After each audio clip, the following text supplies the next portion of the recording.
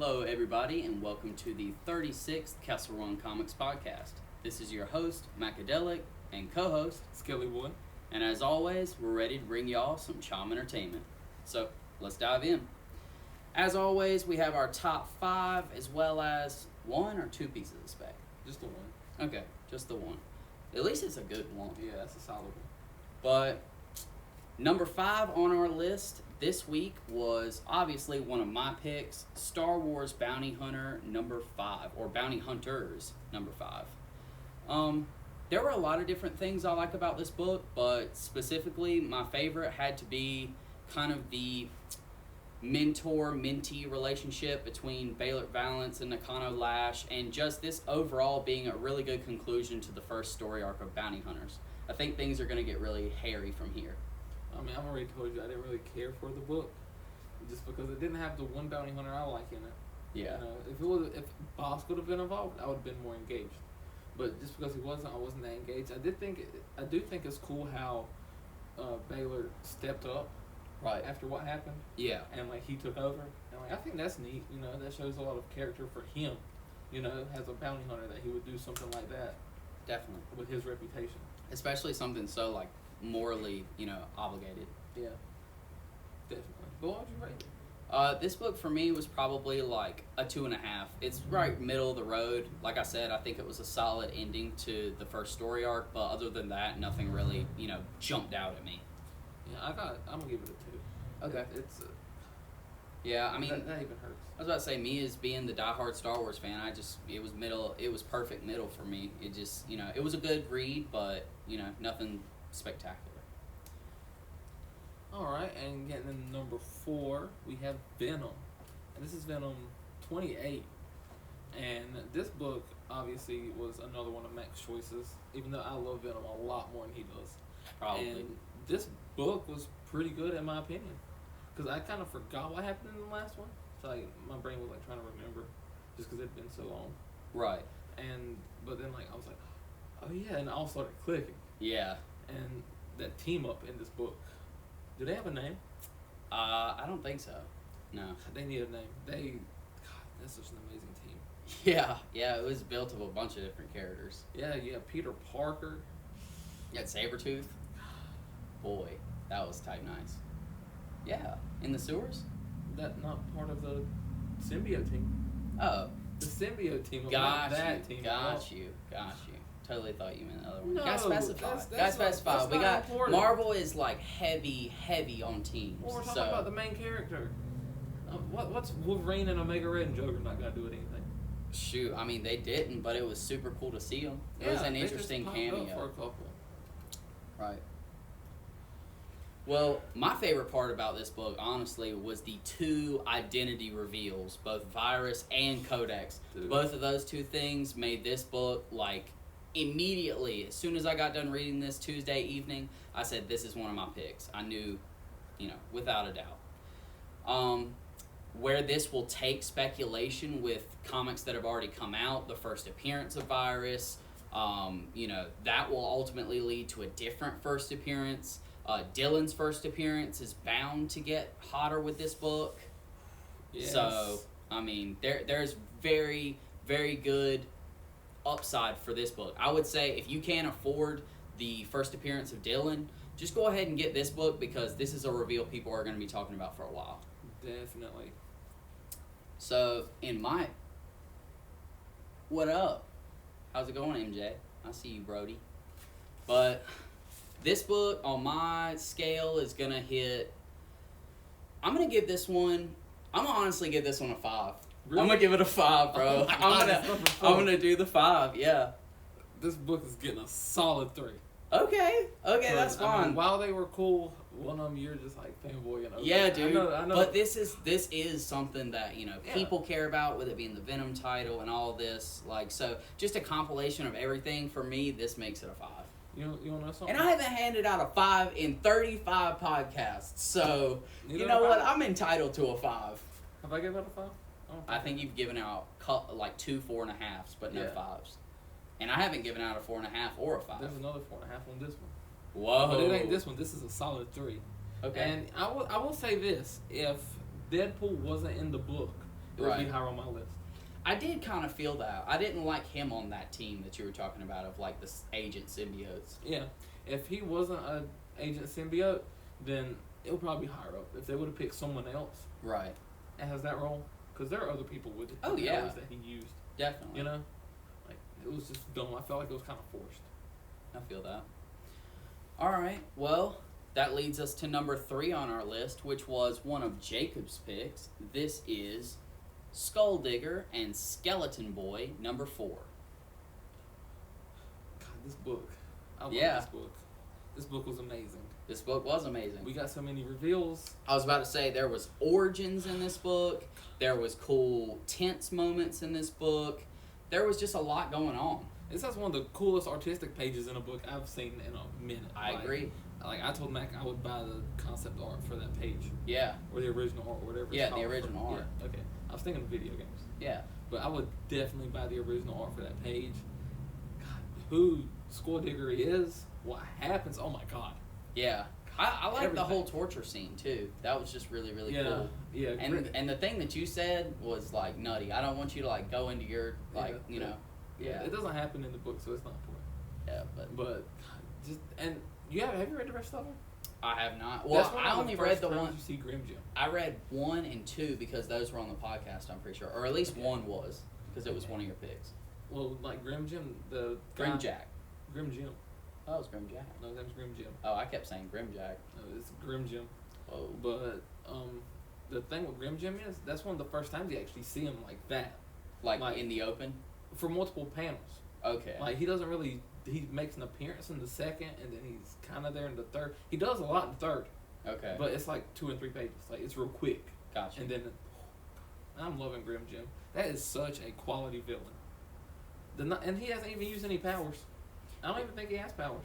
I mean, maybe not. My dad's into those kind of street level heroes though, like Daredevil, Luke Cage, the Punisher. And speaking of my dad, another thing he really likes is he likes that whole Black Hammer universe, and that's you know they're from Has the he Black been reading Hammer it? universe. I don't think he's been reading Skulldigger and Skeleton Boy, but he read like just the he read Black Hammer, and he read Black Hammer 45, which was another little mini series. Yeah. So he's done some He should read dabbling in it, but he hasn't jumped I feel into like this with this pool. book, this was like real street level, like Yeah. justice. Yeah. But Oh yeah, it was great. What do you want to get? What do you want to get? This one for me is probably going to be like a 3.5. It was definitely at least a point above regular. Really? Yeah. Oh yeah.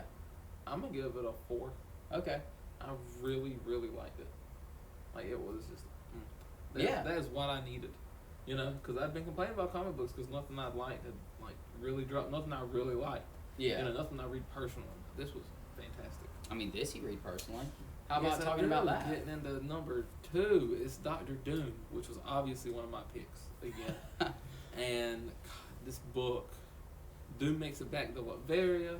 Man shows up on a bear, and man does not trust anybody. Right off the get go, he says everyone's a traitor until otherwise. Yeah, he has them all basically repledged to him, and that was so cool. I enjoyed that. I enjoyed this story, and it's crazy because I want to say again with this book, I don't think I've read any other issue of Doctor Doom other than maybe the first 2, and those were because they were early picks when the podcast first started. Yeah, and did you have any trouble reading it? No, not at all. I enjoyed it. I thought it was cool. It was easy to jump right in. It almost felt partly like a standalone story, but the only reason I knew it wasn't was because it jumped back and forth between the guy that was in the negative zone. Yeah. If it didn't do that, I would have said that this could be something easy, just pick up and read. Yeah, I mean, even with like, I thought you could still just pick this one up. Yeah. You know, and you wouldn't have any trouble because it explains everything. Right. Yeah, definitely. But I just love his interaction with Zora. I feel like they're just, it's such an amazing It was connection kind of they have. right. It's so like weird because like that's his right hand woman, and like he holds her on such a higher throne than anyone else. Yeah. Like when she kneeled, he was just like, "Get up," like I know it's not you, and like that's just crazy that he has that much trust in one person. Yeah, people don't be trusting other people like that in real life. Yeah, Doom Honestly. don't trust nobody. From the get, Doom as a character. Yeah. From the rip, always thinks everyone's out to get him. He is on the defense. But what would you rate it? This one for me is probably right in the ballpark of like, probably a 3. A 3? Because I like, and the only reason I gave it a 3 and not a 3.5 is because I was comparing in my mind your 2 picks, and I liked Skulldigger and Skelly Boy, the 3.5, and I was like, did I like this book more than I liked that book? And I said no, but it's also not a 2.5, so I had to rest at 3. It's a 4.5 to me, just because. Yeah, all right. This I mean, I know. Yeah. And that, what about the reveal at the very end, that cameo? Like, coming out of the moon or whatever, or like just coming out of that portal? Yeah. That was, whoa, how'd you get here? Yeah. Can't spoil it for anyone that reads Doom Doe. Yeah. But, now, Matt. You want me to? You can, because if you don't, I gladly will. All right, ladies and gentlemen, the number 1 this week on our podcast is a number 1. This is Juggernaut number 1, and this book is a first appearance. This book is a number 1 to a 5-part miniseries, and it also connects to the Dawn of X, new X-Men line, and the whole Krakoa deal, and it really tells you how Juggernaut has his place among the people in the nation of Krakoa. It doesn't get into it in this issue quite yet, but it's gonna get there. That was the synopsis for the whole series, or like the whole 5-part. But let's talk about this book and stuff besides D-Cell. What about that whole limbo? That was my favorite part. I'm honest with you. I love D-Cell, but that limbo was just like sprinkles on the cupcake, Oh, and by the way, D-Cell is the name of the first appearance, or the character who had her first appearance. She's really interesting. She was kind of a street rat, and she gets helped out by Juggernaut, and eventually they have a little bit of a friendship that they're starting. Yeah, and her power, though. Her power is super cool. Like, slow people down, or just slow any kinetic kind of energy. Yeah, just slow kinetic energy. That's so weird. Like Juggernaut said, that's a first. You're right. Like, it was like, oop, ain't ran into this. And I just love their synergy from the get-go. Like, when she was trying to slow him down in the building, he just kept moving. Yeah. And she was like, why won't you stop? And he was like, I can't. And then just got ridiculously weak and collapsed. Yeah. And, I mean, that's like the perfect duo, Yeah. He's literally, like, an unstoppable force, and she's not an immovable object, but she slows everything down, She stops forces. Yeah. So, I mean, that's just great duo, in my opinion. So, where do you think this book is really going to go? That next issue, though. Yes, that next issue is going to Talking about some Immortal Hulk action? Whoa. God, that's nutty. Yeah, I mean... Okay. Do you think it's going to be Immortal Hulk? I mean... Or do you think it's just going to be like normal Avengers Hulk? Do you think this the is like solicitation says... has Immortal Hulk? Yeah, the solicitation says Juggernaut versus Immortal Hulk. But if this is Juggernaut versus Immortal Hulk, then I hope Juggernaut loses, because otherwise it's wrong. Well, you know Juggernaut suit's now cosmic and everything. It can be cosmic. As long as this man can get more angry, he becomes stronger. So. Well, what if he calms him down? And if he's immortal as well, Juggernaut's suit might, protect him. But if he dies, he's what dead. if he becomes immortal? Then they're making everybody That's immortal, before. and they just need to stop. It's happened to him and Colossus. Both are the unmovable objects. Well, the unmovable object and unstoppable force. They've both done it before. I mean, it could happen again, but if it happens again, then I'm gonna be a little bit disappointed. I'm not. I just love that. I really hope so. Because Juggernaut's not like in my top 5 favorite X-Men. But if you talk about X-villains or just like weird like other characters that aren't like really X-universe characters. Yeah, anyone that's not like a major villain and not like an X-Men, Juggernaut's definitely like one of the top ones, just because he's always there. Right. And he has one of the coolest powers, but he doesn't always use it for either side. Yeah. Like in this book, he's just working for damage control. Yeah. Knocking down buildings. He's just working on 9 to 5.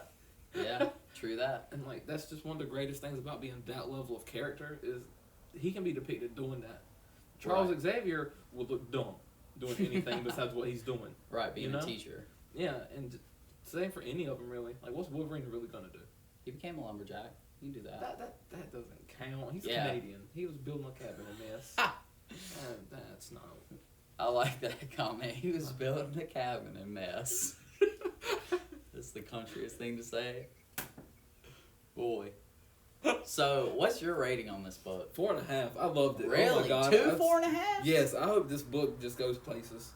I mean, I hope it does too, but geez, I ain't gonna be at 4.5. I will say I'll be a 4. I'll be a 4. Just a 4? But not Mac, the 4.5 or the 5. But Mac, it's got the rest in power. I love Rest On in the Power, cover, Chadwick man. Boseman. I was gonna mention That's that. worth half a point. Okay, it is worth half a point. This can be a 9 overall between the two of us. Yes. That's All right. Folks got it to a 9. Yeah, he did. He pushed my boundaries. All right, ladies and gentlemen, are y'all ready for our one piece of spec before we get on out of here? You're never getting a 5, MJ. Whoa.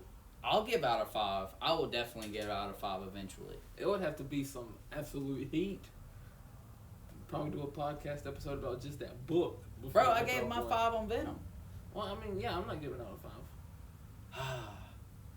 I think he's talking about the Chadwick Boseman. Right. Yeah. Yeah. You want to just give that a 5. Well, I mean... But does MJ even like Juggernaut like that? Whoa.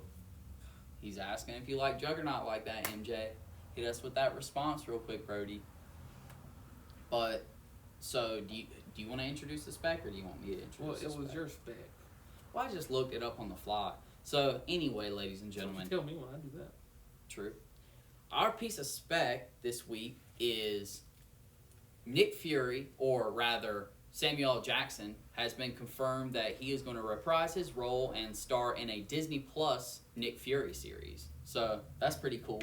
And I think that could go a bunch of different ways. Yeah, we were talking about that. And you were really hoping it's not going to try and be young Nick Fury. But I think it would be cool. I still think my idea would be cool. Yeah. Like the Nick Fury narration series where he's just telling all these stories about his life. Because like you said, Samuel L. Jackson is getting old. Yeah. You know, so imagine like retired Nick Fury. I'm pretty sure he's in his 60s, honestly. Even though he doesn't look anything Yeah. like it, I'm pretty sure he's in his 60s. Well, So- good thing we got Avengers spec, MJ, not X-Men. My hopes for the Nick Fury series is that they end up just letting him kind of be the almost like the portal to bring in new person, new character, new villain, whatever, you know, expanding the universe just in ways, you know, that we didn't know could be done. Because he has the cosmic approach. He's got probably all the information on Earth as far as like any kind of extraterrestrial, supernatural, anything like that. Yeah. So I'd like to see his be like kind of a jumping board, you know, where characters can kind of get their cameo appearance or, you know, make a little appearance and then maybe spin off into their own shows or something like that for Disney+. Their own shows. Yeah, like imagine if they introduce somebody like finally into the MCU like Ghost Rider, and they did that, but then gave him his own show like later. Just he was in like one little story arc. Do you know what would be cooler than that? What? If the Nick Fury show was really like 45-minute episodes of him like talking about characters before they got their own show. Like, what if there was an episode about She-Hulk, about Moon Knight, Whoa. just about all these characters getting their own shows, and it was just Nick Fury like going over intel and telling the story about them. Right, That like shows like their powers.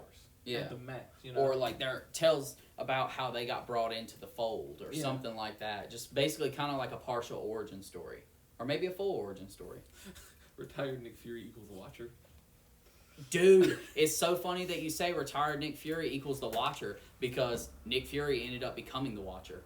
Yeah. Like in the recent Empire series, in Fantastic Four Fallout, it's revealed that he is the new Watcher. Yep. So Spider-Man 2099 show would be pretty cool. I'd rather have Noir though. yeah, Spider-Man Noir will be cool, especially if the whole show is 50 style as well, or like 40 style, the way it's supposed to be. I gotta have Nicolas Cage in it. I'm fine if he's doing the voice. I would honestly, if they did a Spider-Man Noir show, I'd rather it be animated because of how well the Miles Morales movie was done. I think they could just definitely. translate that to a show. Yeah, I think they should do like a lot of more Spider-Verse stuff, just animated. I agree. I think all that's to come with Sony. I mean, Think how many more movies we could get a year for sure. if they just did animated. Yeah. Like Pixar was pushing movies for a while. Yeah, because all you have to do is the voice work. And I know I make it sound like light work, but I mean, you can do it from home. And that's something that's advantageous right now with all the COVID stuff and people just wanting to social distance and all that. So, Definitely. yeah. All right, ladies and gentlemen. Well, we thank you for, showing up for podcast number 36. And we hope you'll show up for podcast number 37. This is Macadelic and Skelly Boy. this is us signing off. Later. Bye, MJ.